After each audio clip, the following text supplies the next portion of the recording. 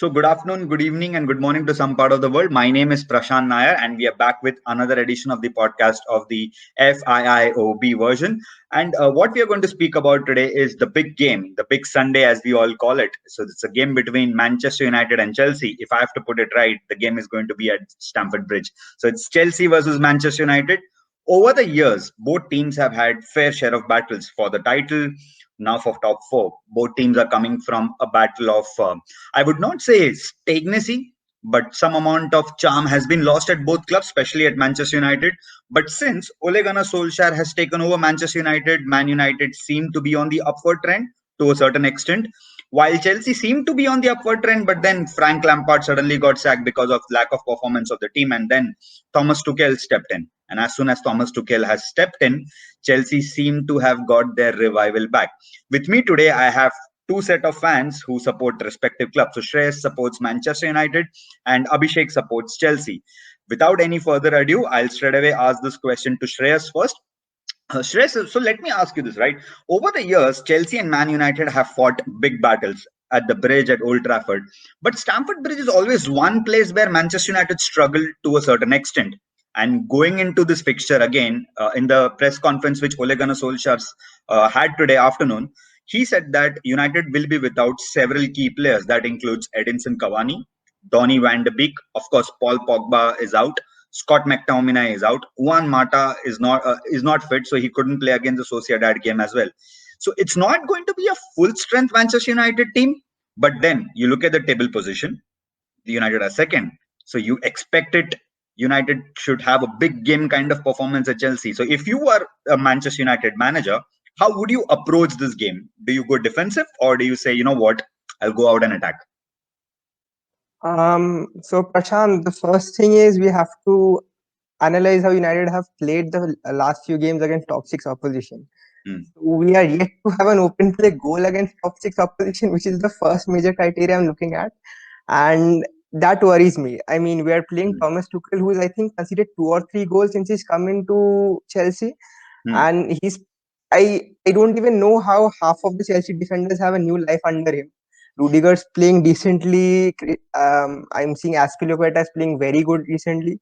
mm, So I would want to go out and attack because United have performed this season while attacking much more. We are one of the better attacking sides in the league. We can attack through open play as well as through counters.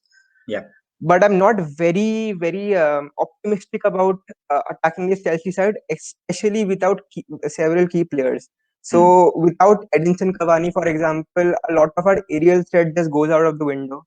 yeah. Paul Pogba can play defense fitting passes, and without him, the entire creative onus basically falls onto two players, which is Bruno Fernandes and Luke Shaw. Mm, So we basically have these two players, and then there's only one other player in our team who has been a constant goal threat throughout the season, which is Marcus Rashford. mm, And Bruno Fernandes anyway is going to be marked throughout the game. So I have not had seen a proper performance from him yet in the big six games, so I'm not really optimistic about it. mm. I would say that let's go out and have a draw. Um, but at the same time, don't rely on it. Chelsea may give chances, take it, and let's see how it goes on from there. The main thing is that we shouldn't start how we've been starting games. We've Mm. actually basically been giving the first 10 minutes of each game as a kind of lottery to other teams. Ki, come on, have an attack, let's concede one, let's concede two. So the main thing is a good start. Let's see what we can build on from there. That is all we can say right now.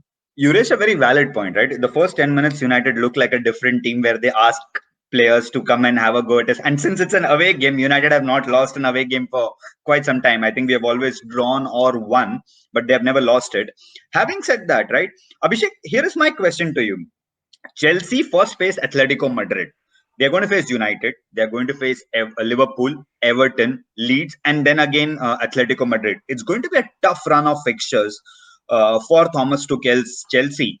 So if you were a Chelsea manager, I wouldn't call direct as a manager, but if you were a Chelsea manager's position, what would you do? Would you be also like Shreya saying that, you know what, look for a draw? I am concentrating more on Champions League or I'm concentrating more on getting into the top four.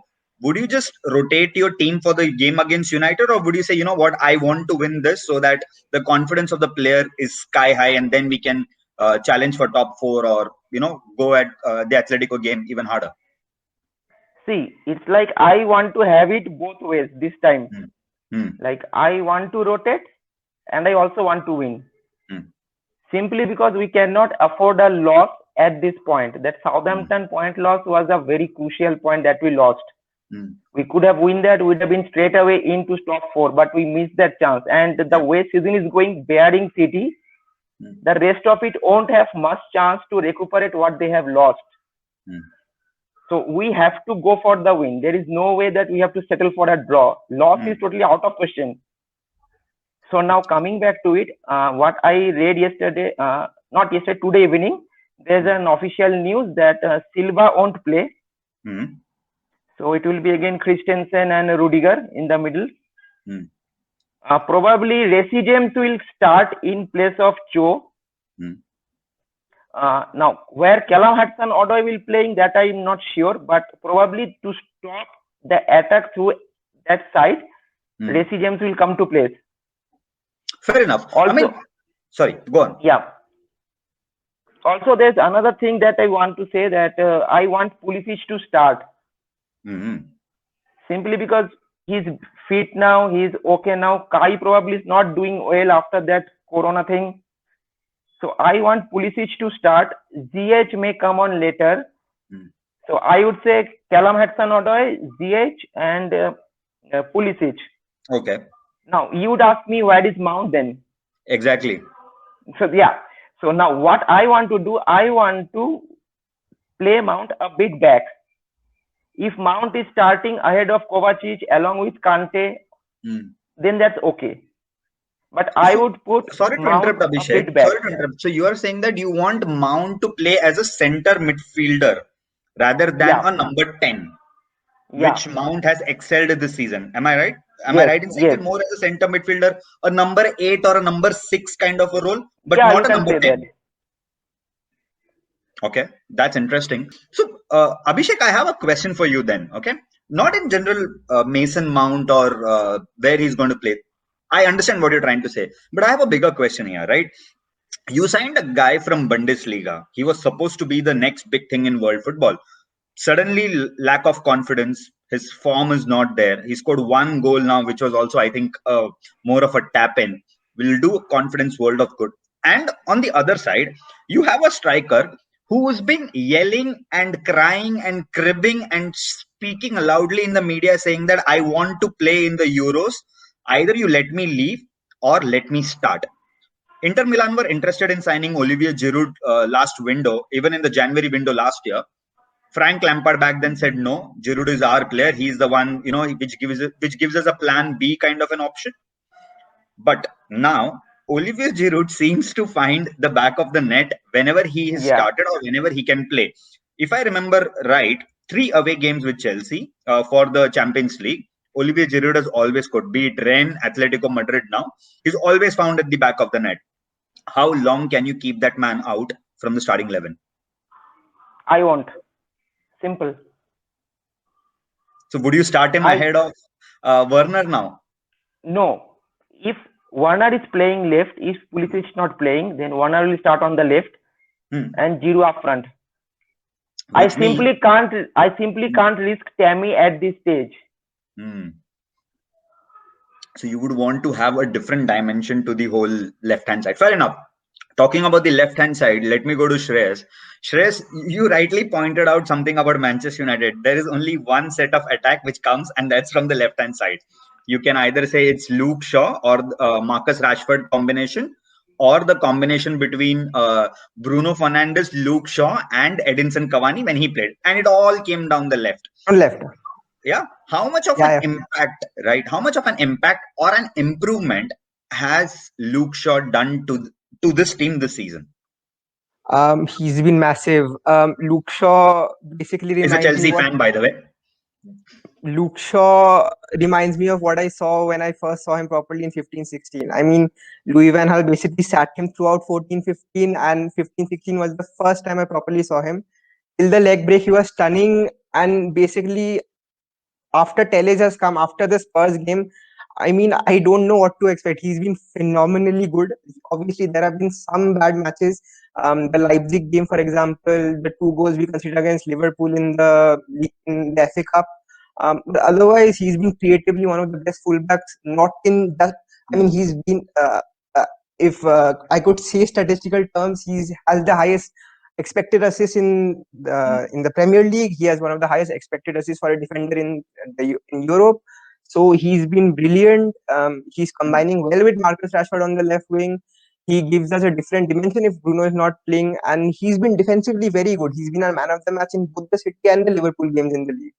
So I'd say Luke Shaw has been among our top three players this season. Um, I think the fact that he's making someone like Alex Telles sit is enough of a note of how good he's been this season. Shreyas, I agree with most of your points apart from the last point about Alex Telles. I think Alex Telles is not playing regularly ahead of Luke Shaw is because of his lack of defensive output, which Alex Telles isn't known for. But I completely understand and agree to your sentiment, what you said about Luke Shaw. From a career where, which with the leg breaking incident was pretty, I would say it was the lowest point of Luke Shaw's career. If that wasn't low, then Mourinho publicly coming out and saying that his weight issues, he's not good enough, etc., etc. But then coming back and to score the opening day goal against Leicester, if I'm not wrong, when he came back, right? All those sort of things, Luke Shaw has become an integral part. And you're right, I think after a point of time, Luke Shaw would be the player of the year contender at Man United, along with, of course, the man, the myth, the legend, Bruno Fernandes. But having said that, Shreyas, I'll straight away go to Abhishek. So Abhishek, you've seen all about Man United for quite some time, right? So this team is centrally built around Bruno Fernandes, and we all know that at least who watch Premier League, that if you give Bruno Fernandes small amount of space, Bruno Fernandes will either score or assist or create something out of nowhere. If you are a Chelsea fan, and if you're thinking, how do you think Chelsea will tackle someone like Bruno Fernandes? Would you just man mark him out of the game like how City did? They put Cancelo and Fernandinho on Bruno Fernandes, and to a certain extent, Bruno Fernandes became ineffective. Or would you say that cut the supply line, just press the midfield of Man United, and then let's see what happens? I would say it's better to cut the supply line. See, if you doesn't get the supply from the midfield or from the back, he will not get the ball. And if he's not getting the ball, there is no point. He will either score or create something out of the blue or get an assist. So what I would say is to press the mid, and then do not let Bruno have much of the ball. The lesser the touch, even his touches can go anywhere and can create a chances for anyone. Yeah. So what I would say, I will not go for man marking, because if I go for man marking, that will create a huge space on my back. Correct. And one cross, one long ball, it's over. That you don't have to worry about that, Abhishek. Man United wingers don't cross. You can ask any Man United fan; they'll tell you the right back only defends. He does not cross. We can always assume that they will do nothing, but in a match like this, there's always something. It's a big game, man. You look at their record; they don't score in big games. But still, I have to keep that factor in. Fair enough, man. Fair enough. So, Abhishek, what is your predicted 11 for this game? Like, who would you play? Would you go for a back 3, back 4, back 5, or how would you line up against this Man United team, which is not full strength? See, Mendy will start in the goal, that's for sure. We have Rudiger, Christensen, Aspi. So, sorry to interrupt. You're saying Eduardo Mendy starts, right? Yeah. Okay. Sorry, my bad. Yeah, Azpilicueta and Alonso. Okay, then I'll have Reece James on one side, and the other, if that is open, I can either put Callum Hudson-Odoi there, or I'll simply put Alonso not as a left back but as a wing back, left wing back. Agreed. So that part is covered. Yeah. So now coming back to the midfield, if you remember, I said I would prefer Mount to start a bit back. Yep. So I will have Kante. I'm not going for Jorginho in this game, because Jorginho is continuously playing in Champions League. Correct. And he has started every game since Tuchel has taken charge. So I would say give Jorginho a break, at least for this match. Start Kante, because he also needs some confidence. Yeah. which he has not started of late. Hmm. And also, we probably need Kante in the ATM match as well. Yeah. Since Jorginho is suspended. Hmm. So I would say Hmm. Kante is there, Mount is there. Hmm. And then on the upfront, I'll have Pulisic, Timo, and ZH. Okay. Fair. Interesting. I think I'll just hold on to this thought for a minute. I'll get back to you on this. Shreyas, how would you line up? I don't think I have an option because of the lack of. I like that. I already like it. Okay, so goalkeeper as a United fan, I cannot decide. I think that is a very common thing. I would have Dean Henderson or David De Gea, anybody on goal. Personally, I'd say David. You're lucky that way. Unlike, if I'm you very ask lucky. Chelsea fans, Absolutely. who would they want to start, Eduardo Mendy or Kepa? You already know the answer. They would say, Absolutely. how dare you mention Kepa in this conversation? Right? So it's okay. You can start whoever you Absolutely. want. I start right back Aaron Wan-Bissaka, left back Luke Shaw. Now centre back, we know Harry Maguire is going to start. Second centre back, I would personally want Eric Bailly to start because first of all, if Olivier Giroud is starting, Yeah. Eric Bailly is far more of physical presence than Victor Lindelof. So that, and if it's Timo Werner or Christian Pulisic or Callum Hudson-Odoi, you have pace, recovery pace to cover in case Wan-Bissaka makes a mistake or Harry Maguire makes a mistake. With Fair. Lindelof, if Harry Maguire gets tackled and he's not a very good tackler, he does not have very good numbers in tackling. If he gets tackled, it's basically Lindelof and then it's a sprint race. You know what's going to happen. Yeah. Okay. We don't need to explain it. We have seen it multiple times. We've seen it multiple times. Not it's not even funny now, I think. In the background, Tottenham Hotspurs 6 times.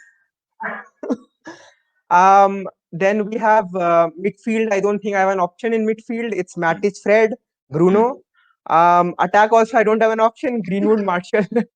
I don't think. Basically, it's in a point where I think Amad Diallo and Sola Solskjaer have to be in the squad because we are that deprived of players this time around. So the starting 11th, I think the only tough decision is Victor Lindelof or Eric Bailly. That's about it. So you're lining a back four, right? You're lining a back four. Yeah, obviously. It's a 4-2-3, 4-3-2-1. Yeah. 4-2-3. What? However you look at it. I have a different opinion to this. I think United, like every big game, right? For every big game, we don't play a back four, we play a back three. I think United will line up 3-4-1-2. And what I think how Ole Gunnar Solskjaer would take this game is this. He knows that the gap between City is too much. 10 points. He knows he can't catch it, but he doesn't think that he can let it go that easily as well. So he will go all guns out. In that sense, keeper, for me, I think it's going to be David De Gea. I don't think Dean Henderson will start this game at all. Same, absolutely. Yeah? So my back three would be Eric Bailly, Lindelof, and Maguire. I'll start all three of them together because, like you rightly said, right? Tammy Abraham, Callum Hudson-Odoi, or even Werner, all three have pace. Right. Absolutely. So I don't want my centre backs to be caught off guard. So I would have back three. My two fullbacks, who I want them to play as wing backs in that big game, is Aaron Wan-Bissaka. Hopefully he crosses. Luke Shaw on the left hand side. Last year.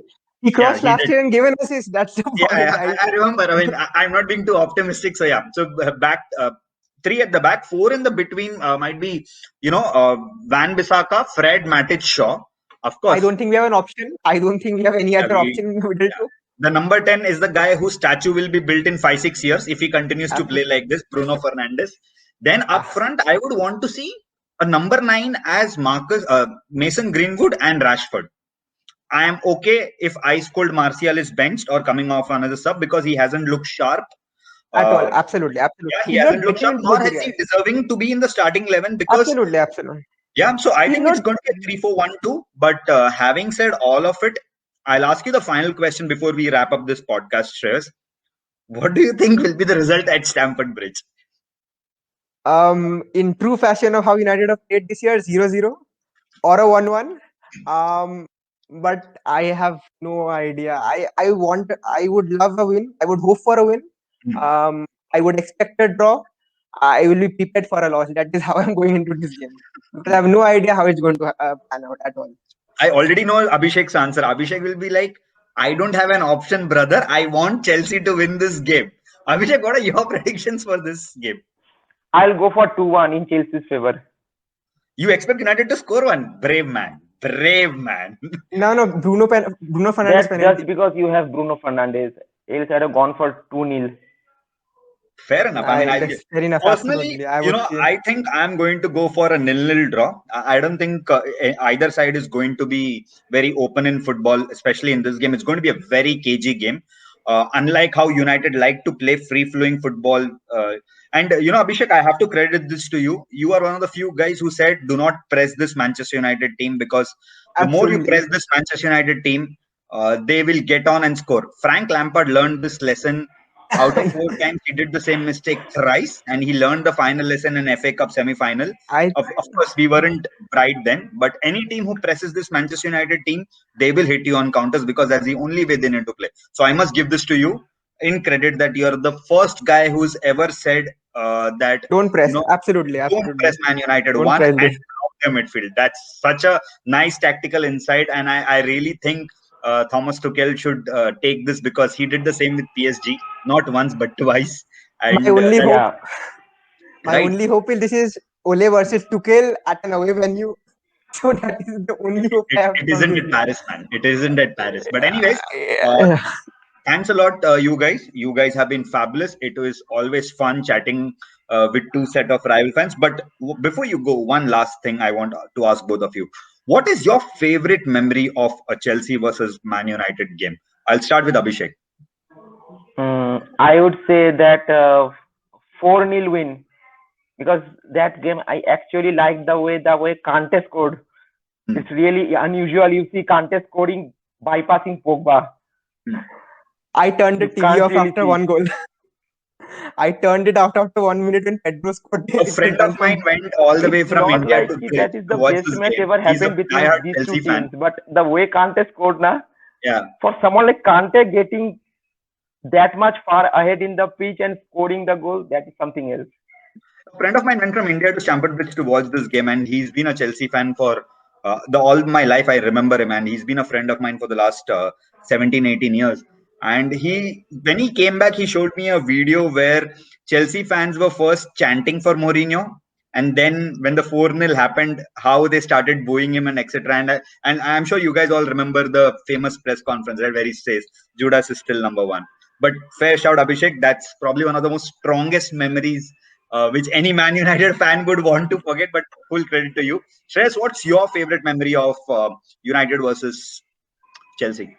I have two of them actually. One of them I haven't watched. One of them I've watched. One of them I haven't watched is the Champions League final, definitely. You and the have to second do one, this, na, Shreya? and the second one which I have watched is the 3-2 win in 12-13 when we beat them 3-2. When Chicharito scored that offside goal. Correct. And the Torres red card. I still remember No comments on Fernando Torres. But that was a game that actually basically won us the league that day. The second game was the City game, but that was the day we basically took the title away. So that was fair enough. My favorite memory of a United versus Chelsea game is I'll give you a small trivia about this game. United have a record of ending every team's runs. United ended Arsenal's run. If I'm not wrong, United also ended Aston Villa's run in the early 90s. Similarly, in 2005, Man United ended Jose Mourinho's 40-game run. Okay. Darren Fletcher scored a famous goal in 2005. If you guys get time, watch that goal. And the reason why I love that goal is because if you are talking about a Chelsea team where even the air would not pass in that defense, they were that good. And I hate to say it, the whole pairing of Ricardo Carvalho, John Terry, and Paulo Ferreira, Branislav Ivanovic later, and Ashley Cole, not to forget him, Peter Cech. That back five was annoying, irritating, and above all, Chelsea started playing a brand of football which, when I started watching Premier League, I did not understand this. How can you score one goal and just sit back? I never understood it. Of course, all this perception changed as soon as Jose Mourinho became manager of Man United because, yeah, so we all know. But if you get time, guys, watch this. Darren Fletcher's goal against Chelsea in 2005, and that's probably my favorite memory of United versus Chelsea game, or else we don't have good memories with Chelsea because we always win against United. Anyways, guys, once again, thanks a lot. Thanks a lot for tuning in. It is always fun to chat with you guys. Bruh. You, Shreyas, you will speak on Chelsea. United. Sorry. You sound like one of those big guys, जिसका सिर्फ आवाज आ रहा है, Akashvani type, तेरा video कुछ नहीं दिख रहा है.